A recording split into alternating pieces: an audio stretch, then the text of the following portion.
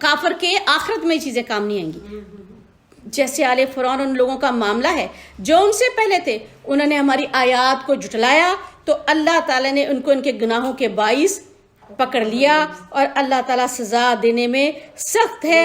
ان لوگوں سے کہہ دو جنہوں نے کفر کیا, جلدی تم مغلوب کیے جاؤ گے اور جہنم کی طرف اکٹھے کیے جاؤ گے, اور وہ بہت ہی برا ٹھکانہ ہے. آگے جنگ فرقان, جنگ بدر کا ذکر ہے جس کو اللہ تعالیٰ نے فرقان کا نام دیا, حق اور باطل کو الگ کر دینے والی. اور یہ جنگ کس کی وجہ سے ہوئی تھی؟ ابو جہل بدبخت کی وجہ سے. اس کی تھوڑی سی ہسٹری ہم آگے پڑھ لیں گے, ابھی اس کو پڑھتے ہیں. تحقیق تمہارے لیے ان دو گروہوں میں بڑی نشانی ہے جو آپس میں ٹکرائے تھے. ایک گروہ اللہ تعالیٰ کی راہ میں لڑ رہا تھا اور دوسرا کافر تھا. وہ کفر کرنے والے کھلی آنکھوں سے ان کو اپنے سے دو گنا دیکھ رہے تھے, اور اللہ تعالیٰ جس کی چاہتا ہے اپنی مدد سے تائید کرتا ہے. یقیناً اس میں آنکھوں والوں کے لیے عبرت ہے. ان دو بڑے گروہوں میں یہ جنگ جب شروع ہوئی تھی تو اللہ کے رسول صلی اللہ علیہ وآلہ وسلم نے جنگ شروع ہونے سے پہلے ہی قریش کے بڑے بڑے سردار کس کس جگہ پر قتل ہوں گے اور کس کس جگہ سے جنگ کے بعد ان کی لاشیں اٹھائی جائیں گی, اللہ کے رسول نے جنگ شروع ہونے سے پہلے بتا دیا تھا. اور قریش کے 70 ان کے سردار مارے گئے تھے, اور اسی جگہ سے ان کی لاشیں اٹھائی گئی تھی جہاں سے اللہ کے رسول صلی اللہ علیہ وآلہ وسلم نے جنگ شروع ہونے سے پہلے ہی بتا دیا تھا. ان کو اندھے کنویں میں پھینکا گیا تھا. فرمایا جب جنگ شروع ہوئی تو ان میں سے ایک گروہ تو ظاہر مسلمانوں کا تھا, دوسرا کافروں کا تھا. تو جو کافر تھے جب جنگ شروع ہوئی تو وہ اس میں مسلمانوں کی تعداد کیا تھی؟ 313, اور کافر 1000 سے بھی زیادہ تھے. اور ان کی طاقت کس قدر بڑی تھی آگے انشاءاللہ جب اس کا مقام آئے گا تفصیل کے ساتھ پڑھیں گے.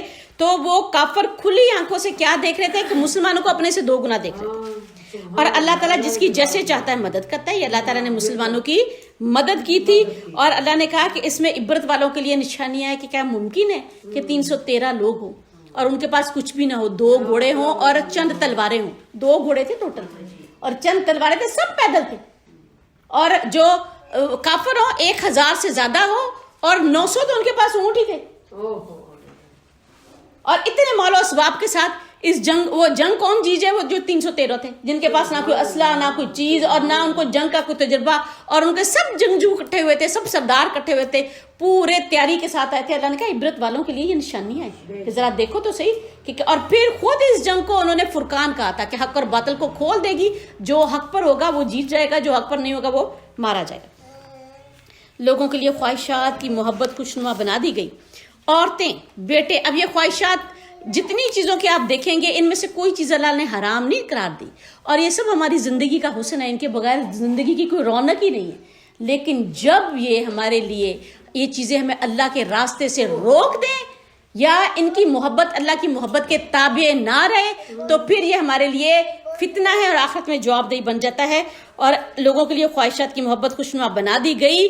عورتیں, بیٹے, سونے چاندی کے جمع کیے ہوئے ڈھیر, نشان زدہ گھوڑے, مویشی اور کھیتی, یہ سب کچھ دنیا کی زندگی کا سامان ہے, اور اللہ تعالیٰ کے پاس بہترین ٹھکانہ ہے. آپ کہہ دیں کیا میں تمہیں اس سے بہتر کی خبر دوں؟ ان لوگوں کے لیے جنہوں نے تقوی اختیار کیا ان کے رب کے پاس ایسے باغات ہیں جن کے نیچے نہریں بہتی ہیں, ان میں وہ ہمیشہ رہنے والے ہوں گے, اور ان کے لیے پاکیزہ بیویاں, اور اللہ تعالیٰ کی طرف سے رضامندی ہوگی, اور اللہ تعالیٰ اپنے بندوں کو دیکھنے والا ہے. یاد رکھیے کہ اللہ تعالیٰ نے کیا حضرت جبرائیل امین کو کہا تھا کہ جنت کو مشکلات سے ڈانپ دیا گیا ہے اور جہنم کو خواہشات سے ڈانپ دیا گیا ہے.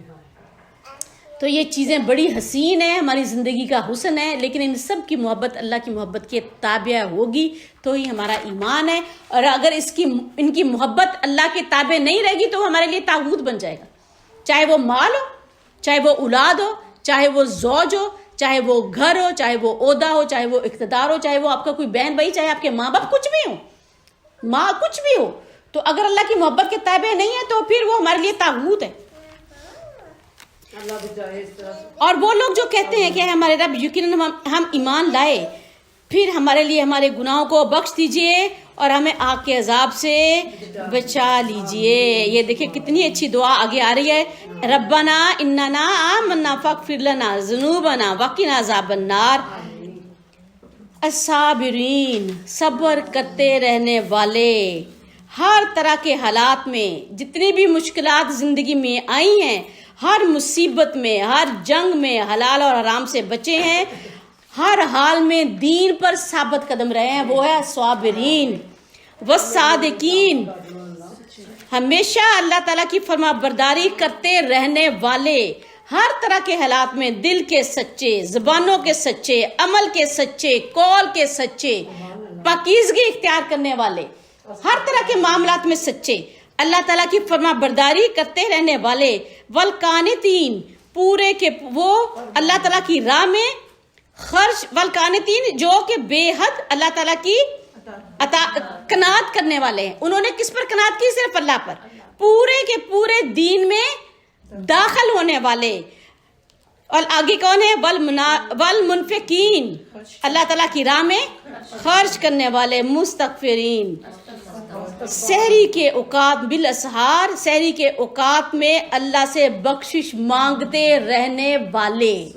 یہ ایک دن کا صبر نہیں ہے، ایک دن کا سچ نہیں ہے، ایک دن کی قناعت نہیں ہے، ایک دن کے لیے صدقہ نہیں ہے، اور نہ ایک دن کا استغفار ہے، بلکہ ان کی پوری زندگی کیا ہے؟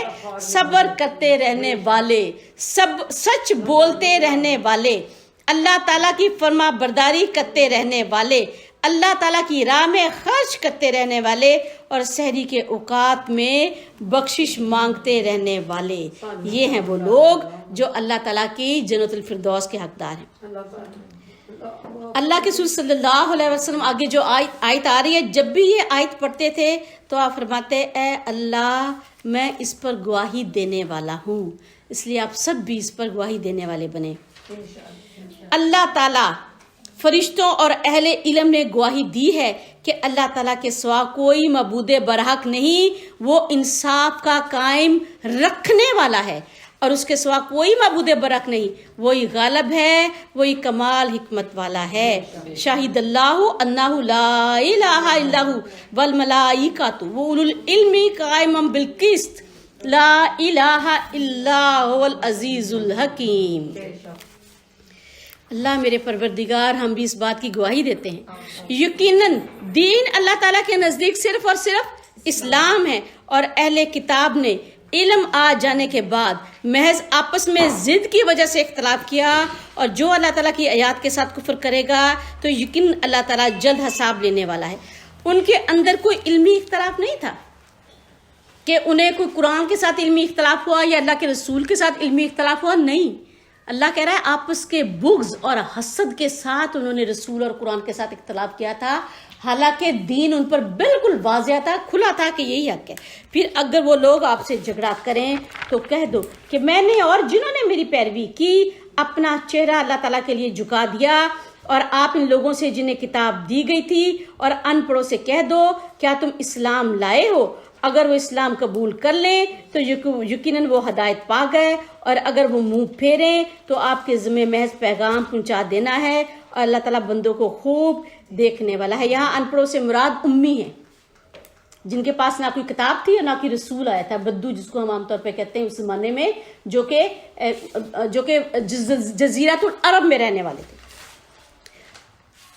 یقیناً جو لوگ اللہ تعالیٰ کی آیات کے ساتھ کفر کرتے ہیں اور نبیوں کو ناحق قتل کرتے ہیں، اور لوگوں میں سے جو انصاف کا حکم دیتے ہیں انہیں بھی قتل کرتے ہیں، تو ان کو دردناک عذاب کی خوشخبری دے دو. ایسے لوگ صرف اللہ کی دشمن نہیں ہوتے، اللہ کے نبیوں کے ساتھ بھی صرف اور صرف دنیا کے لیے، دنیا حاصل کرنے کے لیے دشمنیاں کرتے ہیں. یہی وہ لوگ ہیں جن کے مال دنیا اور آخرت میں ضائع ہو گئے اور ان کا کوئی مددگار نہ ہوگا. کیا آپ نے ان لوگوں کی طرف نہیں دیکھا جنہیں اس کتاب میں سے کچھ حصہ دیا گیا تھا؟ وہ اللہ تعالیٰ کی کتاب کی طرف بلائے جاتے ہیں تاکہ وہ ان کے درمیان فیصلہ کرے، تو ان میں سے ایک گروہ پھر جاتا ہے اس حال میں کہ وہ اعراض منہ موڑنے والے ہیں یا اعراض کرنے والے ہیں.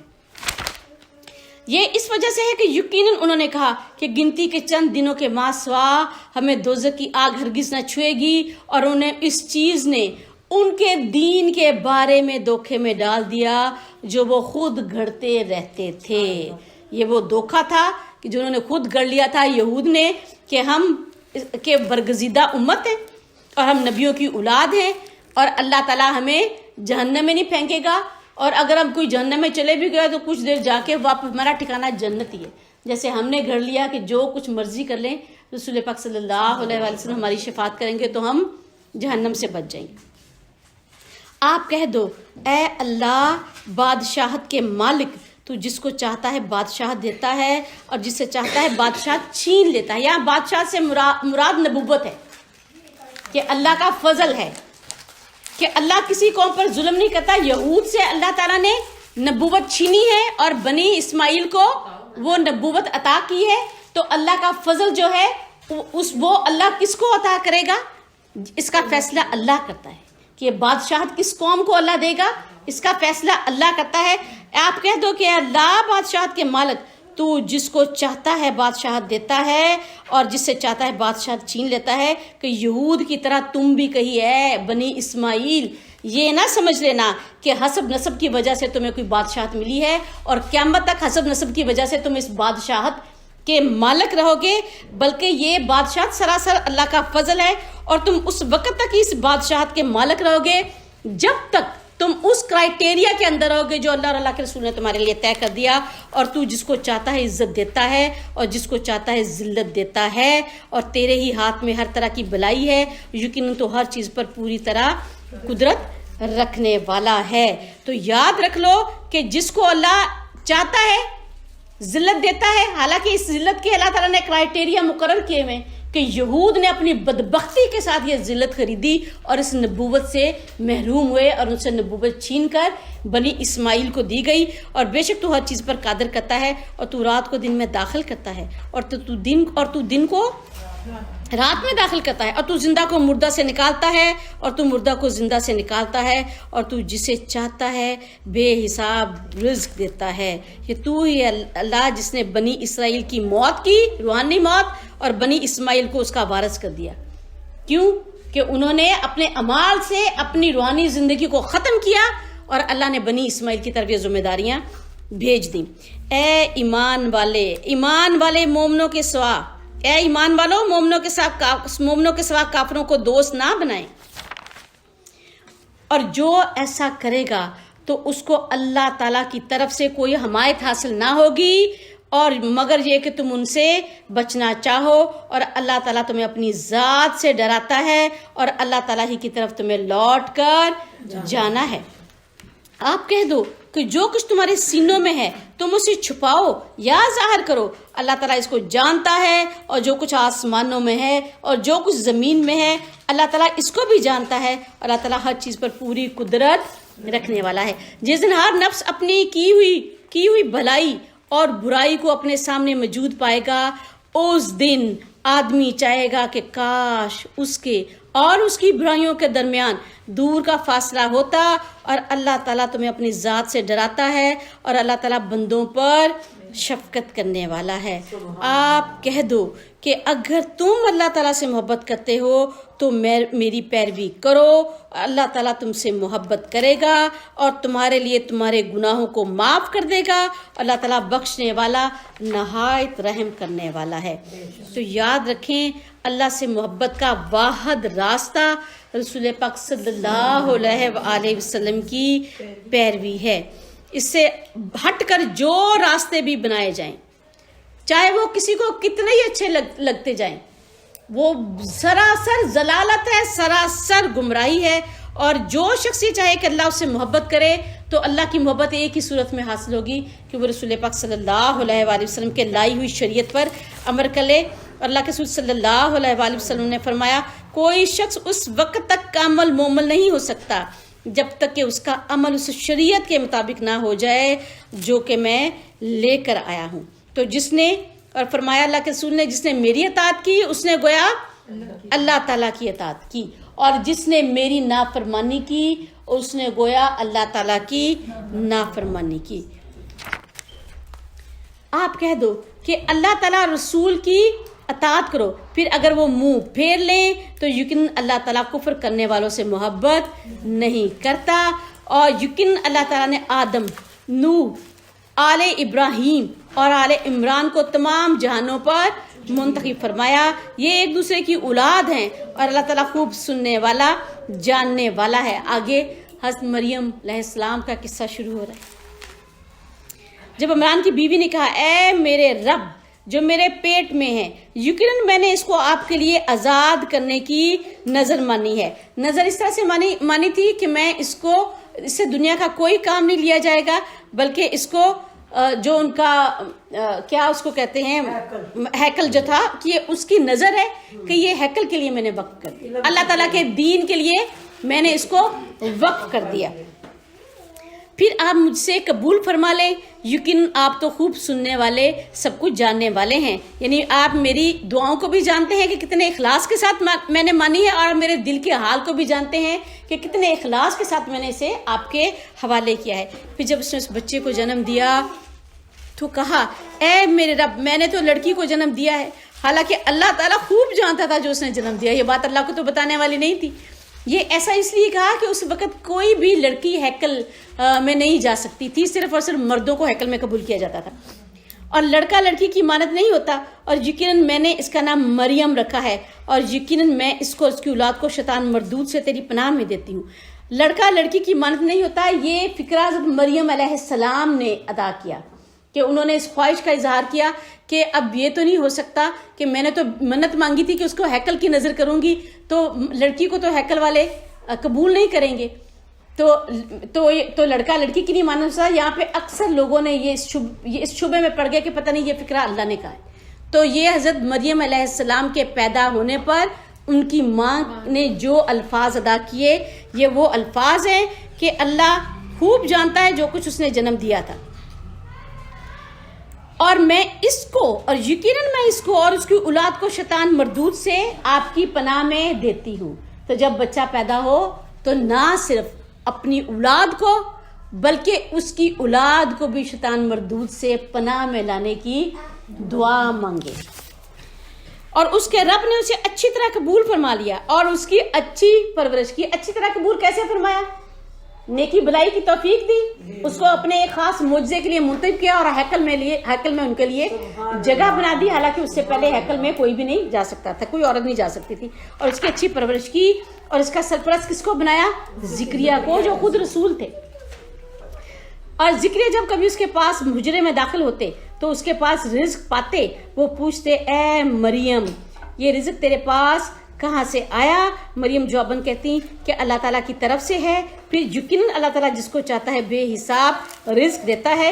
وہیں زکریا نے اپنے رب سے دعا کی، اس نے کہا ہے میرے رب۔ یہ دیکھیں، حالانکہ زکریا علیہ السلام اللہ کے رسول تھے، کیا ان کو اس بات میں کوئی شبہ تھا کہ اللہ تعالیٰ جو چاہے نہیں کر سکتا؟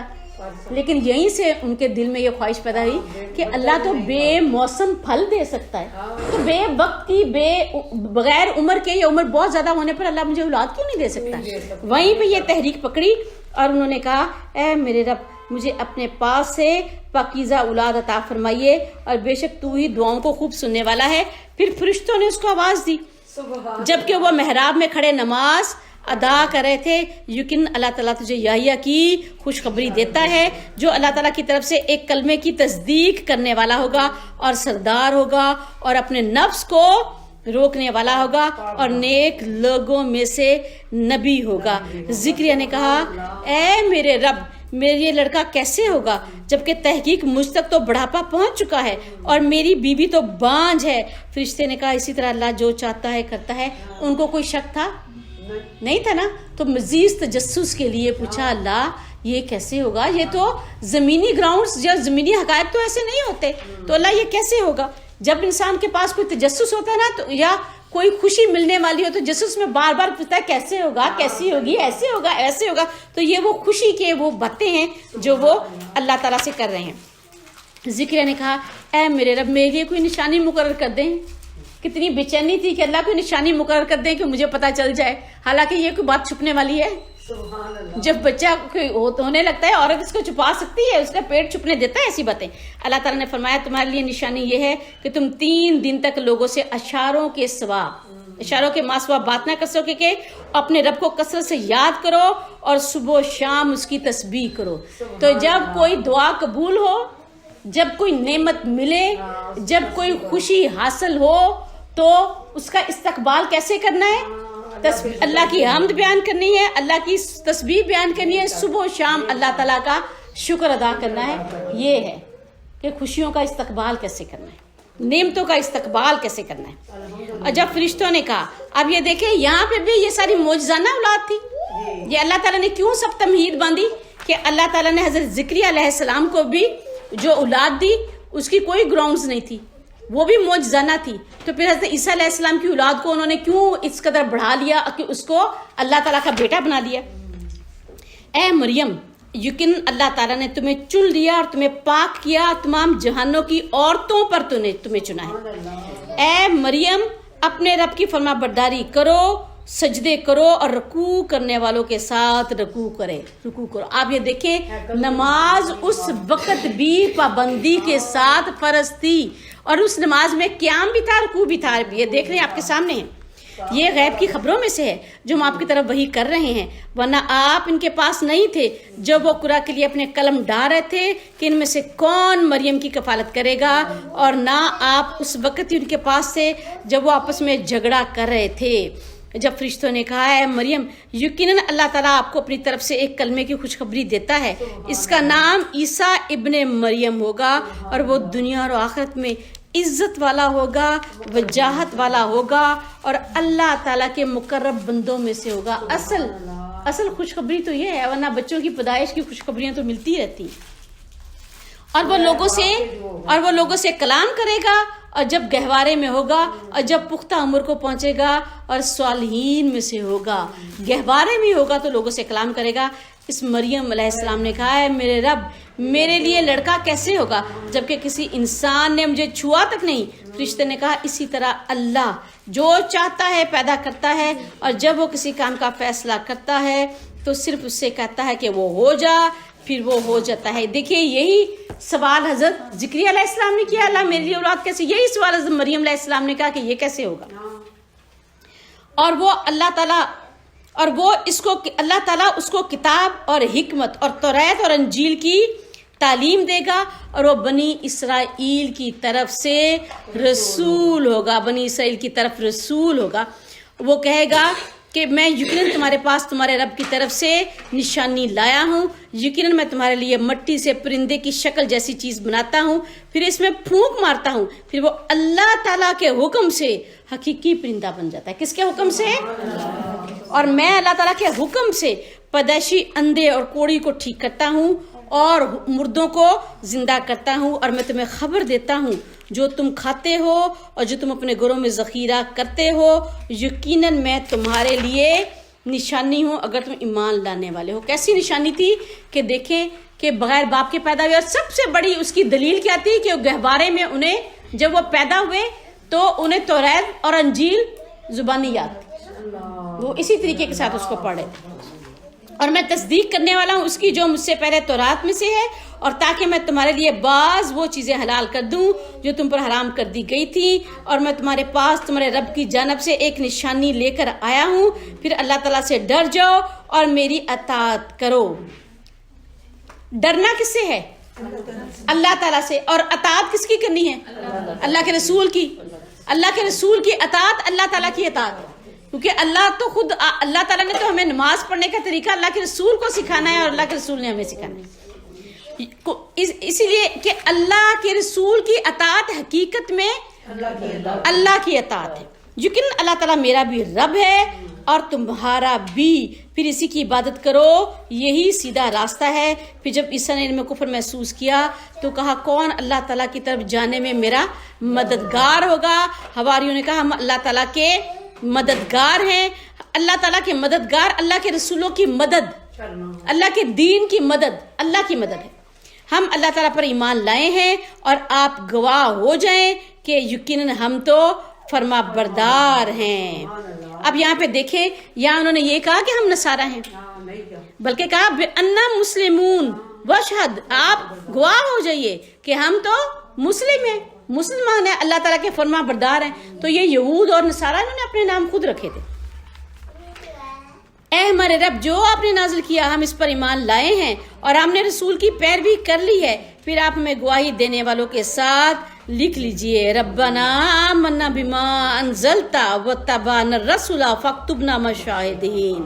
یا میرے پروردگار, ہمیں بھی اس گواہی دینے والوں کے ساتھ اللہ ہمیں بھی لکھ لیجئے.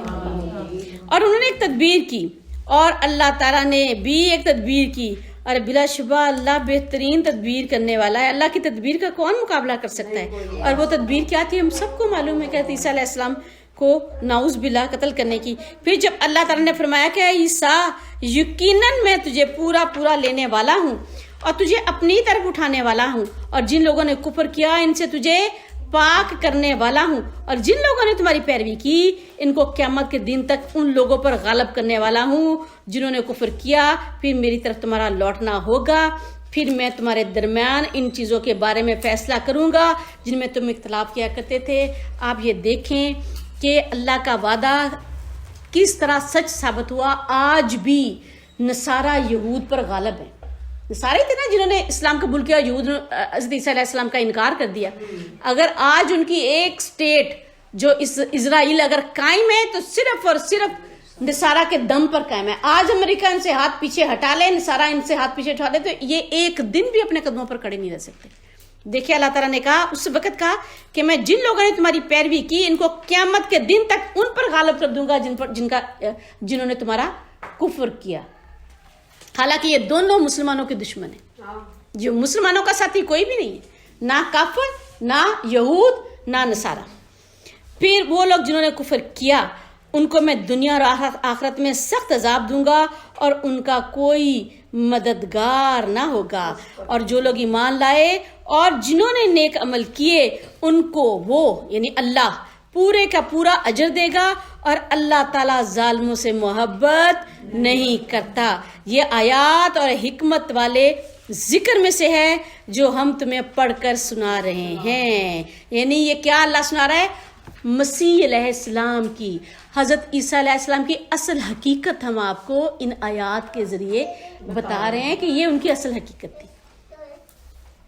یہ یقیناً عیسیٰ کی مثال اللہ تعالیٰ کے نزدیک آدم کی مثال کی طرح ہے.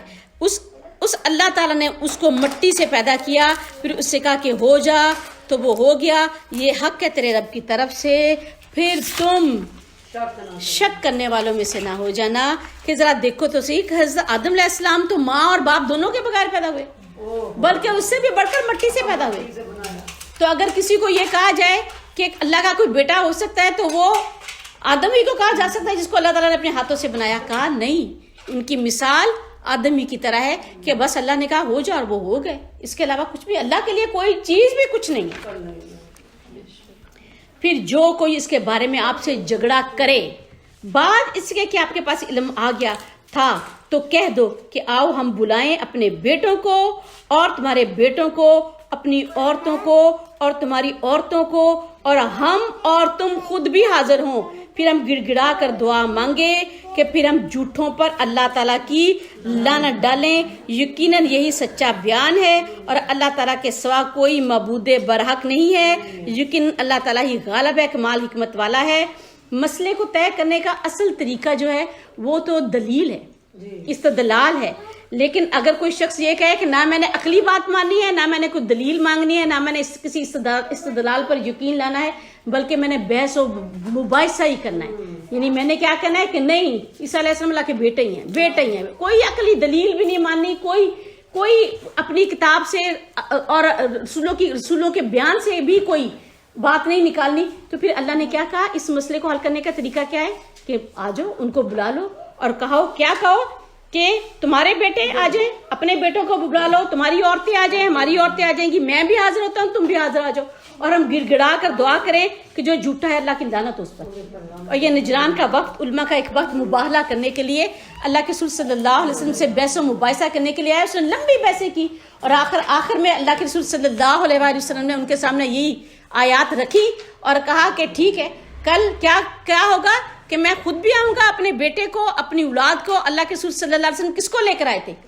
حضرت علی کو, حضرت حسن کو, حضرت حسین کو ساتھ لے کر آئے اور وہ راتوں رات نجران کا وقت بھاگ گیا.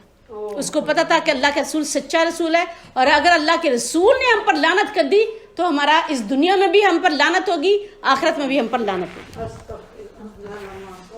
اور پھر اگر وہ منہ پھیر لیں تو یقیناً اللہ تعالیٰ فساد کرنے والوں کو خوب جانتا ہے.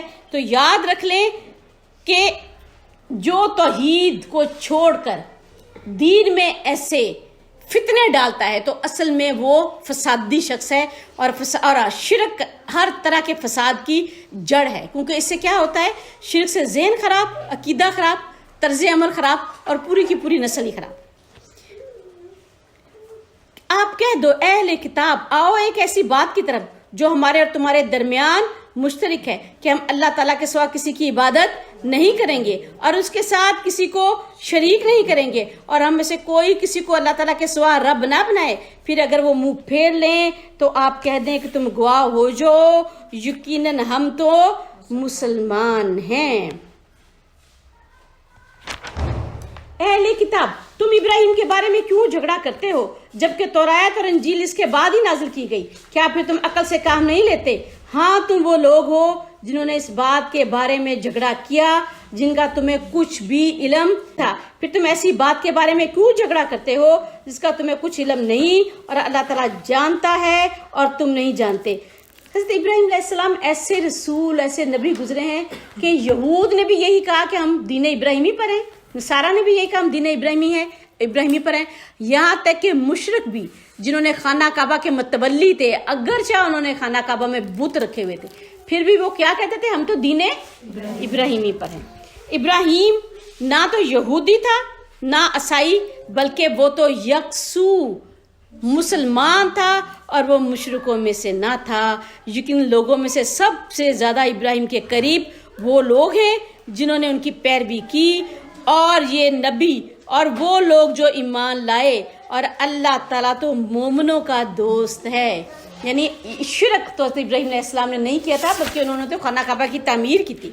اہل کتاب میں سے ایک گروہ چاہتا ہے کہ کاش تمہیں گمراہ کر دیں, اور حالانکہ وہ خود اپنے آپ کو ہی گمراہ کر رہے ہیں اور وہ اس کا شعور نہیں رکھتے.